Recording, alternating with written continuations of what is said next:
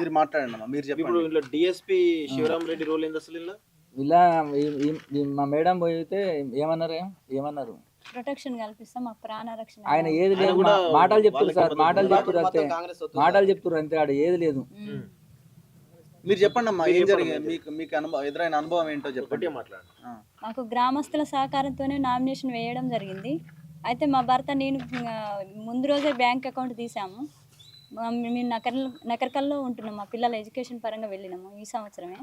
అయితే ఇక్కడికి బయలుదేరన్న క్రమంలో మాకు కారు కిరాయికి కావాలని మా ఆయన బయటకు వెళ్ళిండు, స్నానానికి నిలబెట్టి అన్నాడు.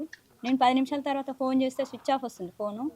రోడ్డు మీదకి వెళ్ళిన కారు మనిషి ఇంతవరకు రాలేదు అని నేను ఫోన్ చేయడం జరిగింది, స్విచ్ ఆఫ్ వస్తుంది. అర్ధగంట సేపు అలా చేశాను. ఈ టైంలో స్విచ్ ఆఫ్ చేసుకోడు కదా నేను అనుకునేసరికి మా ఊరు మాజీ ఎంపీటీసీ ఉట్కూరు సందీప్ రెడ్డి అతను ఆయనకు భయపడి ఫోన్ చేస్తే అవునమ్మా గిరి ఫోన్ స్విచ్ ఆఫ్ వస్తుందని నాకు మాజీ మంత్రి భూపాల్ రెడ్డి సార్ గారికి కలిపారు లైను, ఎమ్మెల్యే అయితే కలిపారు. అయితే ఆయన సహకారంతో సిఐ ఎస్ఐ సహకారంతో నేను అక్కడికి వెళ్ళడం జరిగింది సార్ దగ్గరికి. తర్వాతకి మందడి సైదిరెడ్డి మాజీ జడ్పీటీసీ చైర్మన్ ధనంజయ అన్న వీళ్ళందరి సహకారంతో నేను ఊరికి వచ్చి వీళ్ళ సమక్షంలోనే ఎస్ఐ సిఐ సమక్షంలోనే నేను నామినేషన్ వేస్తుంటే కూడా సందీప్ రెడ్డి తల్లి తండ్రి మా మీద నామినేషన్ కాగితాలు చింపడానికి ప్రయత్నించారు. పోలీసులను పోలీసుల ముందే తీసుకుంటున్నారు, అడ్డుపడుతున్నారు, ఇలా అడ్డుపడుతున్నారు, అడ్డుపడుతున్నారు. అలాగే పోలీసుల సహకారంతో నేను లోపలికి వెళ్ళి నామినేషన్ వేయడం జరిగింది. వేసినాక కూడా మళ్ళీ పోలీసులు ఎటువంటి యాక్షన్ తీసుకోవట్లేదు. ఆయన ఉదయం 9 గంటలకు పోయిన మనిషి సాయంత్రం 5 అయినా కానీ ఎలాంటి ఇన్ఫర్మేషన్ లేదు, పోలీసులు కూడా ఏం సపోర్ట్ చేయట్లేదు. అసలు నాకు నామినేషన్ వేస్తున్నా కానీ నాకు ప్రాణాలతో ఉండడా సచ్చిండా, ఆయన అసలే నేర చరిత్ర కలిగిన వ్యక్తి. అందరూ ఇదే అంటున్నారు, కిడ్నాప్ అయ్యిండు అని. అసలు మేము బతుకున్నాను అనేది కూడా నాకు అసలు సోయి తెలుస్తలేదు, అంత భయంకరంగా ఉంది.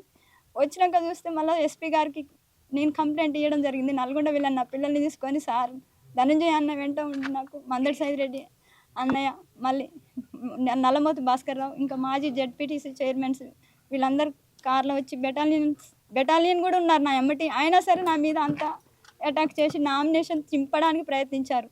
వీళ్ళ సహకారంతో మళ్ళీ నల్గొండకి వెళ్ళి ఎస్పీ గారికి నా కంప్లైంట్ ఇచ్చినాను.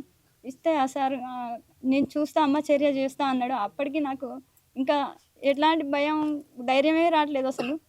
ఇంకా మీడియా వచ్చింది, చెప్పాను, యాక్షన్ తీసుకోలేదు. అయినా ఈ ఊర్లో వీళ్ళిద్దరు తిరుగుతున్నారు. కిడ్నాప్ అయిన వ్యక్తి నైట్ 9:00 ఇక్కడ తిప్పర్తి స్టేషన్కి ముందు దింపారంట. మళ్ళీ మీ తిప్పర్తి స్టేషన్కి వీళ్ళందరూ సహకారంతో వచ్చినాక కూడా ఈయన చెప్పే విధానం చూస్తుంటే మాకు అసలు గుండె పలిగిపోతుంది. అసలు మానవ విలువలే కోల్పోయినాం, బానిసల కాలంలో ఉన్నామా. నేను ఒక ఎడ్యుకేటెడ్ పర్సన్, తెలుగు లెక్చరర్ని, నేను పీజీటీగా చేశాను.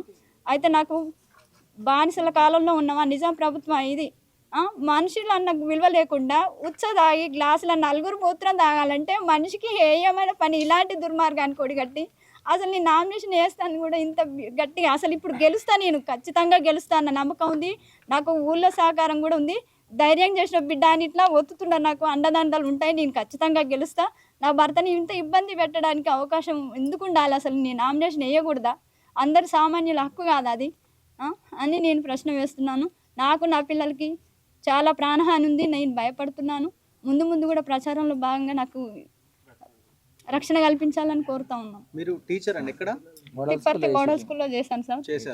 రెగ్యులర్ టీచర్స్ ట్రాన్స్ఫర్ అయ్యారు, గెస్ట్ ఫ్యాకల్టీగా చెప్పాను సార్. సార్ ఇంకోటి ఏంటంటే ఇక్కడ యాక్చువల్గా ఈయన ఏం చేసిన జనాలకు మామూలుగా చాలా భయంతో ఉంటుర్రు. వీళ్ళు మామూలు ఆయన ముందు రావడానికి కాదు, 1000 మంది వచ్చు కానీ భయం. ఫస్ట్ పోతే ఇప్పుడు ఏం లేదు, గవర్నమెంట్ పథకాలే సార్. ఆ ఇల్లు ఆయన ఇంటి నుంచి పెడతలేడు కదా, ఏమన్నా కానీ ఎంకరేట్ దగ్గర పోయి బిల్లులు అయిపోతాయేమో. ఇప్పుడు మీరు తను వాళ్ళు కిడ్నాప్ చేసిన తర్వాత మీ ఇంటికి రావడం కానీ ఏమన్నా జరిగిందమ్మా? ఎవరైనా వచ్చి ఏమన్నా చేసిరా? మీరు ఎక్కడెక్కడికి వెళ్ళారు? దాని తర్వాత ఎవరెవరిని సంప్రదించారు మా భర్త లేడని? మాజీ ఎమ్మెల్యే మంత్రి భూపాల్ రెడ్డి సార్ గారిని, మందడి సైదిరెడ్డి చైర్మన్ అన్నయ్యని, ధనుజ అన్న 3 రోజుల నుంచి మా వెంటే ఉండి మాకు రక్షణ కల్పిస్తూ అండదండలు ఇప్పిస్తున్నారు. లేకపోతే ఇబ్బంది అవుతుందని పోలీసులని కలిసినాము. నల్గొండ ఎస్పీ కార్యాలయానికి వెళ్ళాం, తిప్పర్తి స్టేషన్కి వెళ్ళాం. అమ్మ నీకు రక్షణ కల్పిస్తాం, ప్రొటెక్షన్ కల్పిస్తాం, అతన్ని బైండ్ ఓవర్ చేపిస్తాం, ఎలక్షన్లో నీకు ఎటువంటి హాని కలిగించము అని అన్నారు. తర్వాత ఇంకెవరైనా కలిసారా? స్వేచ్ఛగా వీళ్ళే తిరుగుతుండు, స్వేచ్ఛగా కలెక్టర్ వీళ్ళ గారు డైలీ తిరుగుతుండు. నిన్నగిట వచ్చిందంట, ఇక్కడనే ఉన్నాడంట. ఇప్పుడు మీరు ప్రచారం చేయగలుగుతున్నారా అమ్మా? ఈజీగా అసలు ప్రచారం చేసే ప్రచారం పరిస్థితి కాదు సార్. అసలు నిన్న ఒకటి సార్, నిన్న తిరుమల మల్లన్న వచ్చిండు. అసలు ఏమైంది బీసీ మామూలుగా బిడ్డనని వచ్చిండు. ఒక 20 మందిని దగ్గరికి ఆయన తోటి లబ్ధి పొందరు చూసినావు. ఆ చెరువు డబ్బులు పెట్టిండు, ఆయనకి దాపిస్తుండు, తినిపిస్తుండు, ఏదో ఉంటుంది కదా సార్ కొంత. అట్లాంటి వాళ్ళని ఆడవాళ్ళని ఒక 10 మందిని బ్యాచ్ చేసిండు.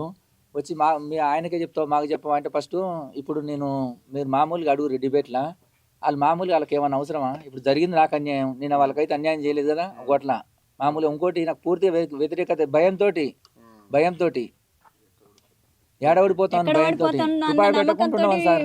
రూపాయి పెట్టకుండా ఆయనకి ఎన్నోటి వస్తుంది, నాకు ఎన్నోటి వస్తుంది. ఇద్దరు చెరువు ₹1 కూడా ఖర్చు పెట్టొద్దు. గెలుస్తారా అమ్మ? మీరు నమ్మకం ఉందా? ఖచ్చితంగా ఉంది సార్. గ్రామ పెద్దలు ఒకటి ఆయన పైసలు ఎక్కువ పెడితేనేమో, పైసలు ఎక్కువ పెట్టినా పెట్టకపోయినా కానీ మాక్సిమం వరకు 100 కొంత శాతం. రూపాయి పెట్టకపోతే మాత్రం ఎన్ని ఓట్లు పడితే సూర్రి.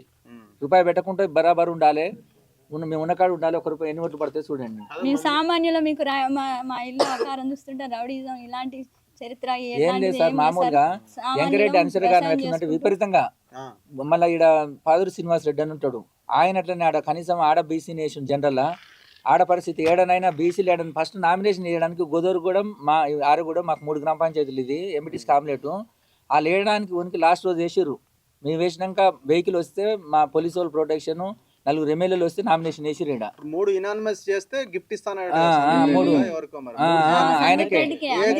ఎల్లమ్మగూడెం, ఆరుగూడెం, గోదవరిగూడెం. మేము వచ్చేంత వరకు కూడా ఎంత భయంతో సార్ మామూలుగా నిలబడ్డారు సార్. ఈ ఊరోళ్ళు ఆ ఊరోళ్ళు మమ్మల్ని చూసి బెటాలియన్ బస్సు దిగింది, 8 కార్లు, ఒక 2 తార్లు, ఇంత పోలీస్ సమక్షంలో సిఐ ఉన్నారు, ఎస్ఐ ఉన్నారు, పోలీస్ స్టేషన్ తిప్పర్తి మొత్తం ఇక్కడే ఉంది. ఆయన ధైర్యం చేయట్లేదు ఎవరు. అక్కడక్కడ ఆపేసారు. మేము వచ్చినాక మమ్మల్ని చూసి అందరు వచ్చి 5 o'clock దాకా ఫుల్ బిజీ ఉంది. అది గుడికాడ ఆగిరు సార్. గుడికాడ ఆగి వస్తారు కాబట్టి అందరూ ఒకసారి మళ్ళీ పోతే ఇబ్బంది అవుతుందని పోలీసు వాళ్ళు గిట్ట ఉంది కాబట్టి వేద్దామని భయంతో మళ్ళీ వీళ్ళు ముందుగాల 8 నెంబర్లు వేసుకుర్రు, సర్పంచ్ చేసుకుర్రు.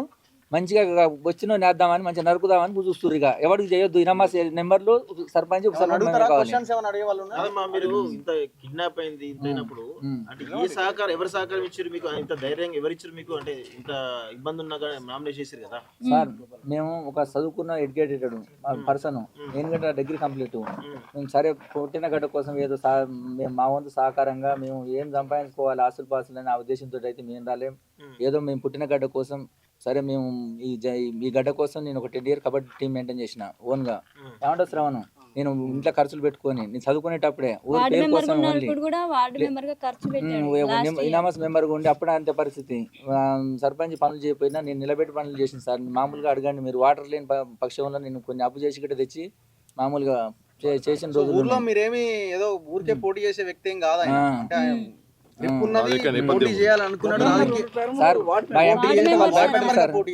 వాళ్ళు భయపడ్డారు సార్. మార్నింగ్ గిట్ట ఎమ్మటున్న వాళ్ళు చెప్పారు సార్, గిరి అవతలోడు ఎట్లాంటి వ్యక్తితో తెలుసు కదా, మళ్ళీ మమ్మల్ని బదనం చేసేదాన్ని జరిగితే మళ్ళీ అందుకనే వాళ్ళు ఫుల్ వణుకుతారు సార్. అసలు నామినేషన్ ఇచ్చేటప్పుడు ఏం ఉండబట్టి 3 వేసారు సార్ నామినేషన్. ఎట్లా వణుకుతారంటే భయంతో వాళ్ళని చూస్తే. ఇక అలా మామూలుగా విజువల్ చూస్తే మీకు అర్థమవుతుంది. ఇప్పుడు కనీసం ఎమ్మటున్న వాళ్ళకి రావడానికి సహకరిస్తలేరు, భయం. ఇంకోళ్ళు ఇద్దరు ఒకళ్ళు ఉంటేనేమో వదిలిపెట్టపోవు సార్. ఇద్దరు ఉంటారు మళ్ళీ అదే లేకపోతే వదిలిపెట్టపోవు. అంటే కేవలం ఇది నామినేషన్ వేసే ముందు రోజు నుంచి మీరు ఈ రిజర్వేషన్లు కేటాయించినప్పటి నుంచి ఇట్లా ఇబ్బంది పెడుతున్నారా మిమ్మల్ని? లేదు సార్, మాకు మామూలు నామినేషన్ కాబట్టి నామినేషన్ వేస్తున్న నైట్ కాంచే మాకు స్టార్ట్ అయింది. అంతమంది ఏం లేదు. ఆయన మాట్లాడకపోయినా సార్ వ్యక్తిగతంగా సార్ ఇప్పుడు నాదేమో ఉన్న దాంట్లో ఏదో నా పని నేను చేసుకుంటా, నాకు సేవ చేసి గుణ నాది. ఆయనదేమో ఓ ప్రొఫెషనల్, ఆయన మొత్తం నేనే ఈడ ఉండాలి, ఇంకోళ్ళు ఉండొద్దు, ఆయన రాసీను. ఆ చెరువు ఉంది మామూలుగా ఎవరి గిట్ట మన చేపలు పట్టుండ్రు, అంతవరకు ఇంటికి 2 కిలోలు తినేది. మన పట్టుకుంటూ కనీసం డైరెక్ట్ అమ్ముకుండు. మేర్వాన ఉన్న వాళ్ళకు ఏమంటే తాత 4 5 10 మందికి అలా ఉన్నోళ్ళకి ఎచ్చుకుండు, మంచిగా అమ్ముకున్నాడు. ఎస్ట్ వాళ్ళు రూపాయి వేయలేదు, అలాగే అది ప్రొఫెషనల్. ఇక మనం అన్నిటికీ ఎదురుపోయినాం అనుకో, వీళ్ళతోటి ఎడ తట్టుకుంటాం. ఇక పృథ్వీరాజ్ గారు మాట్లాడతారు.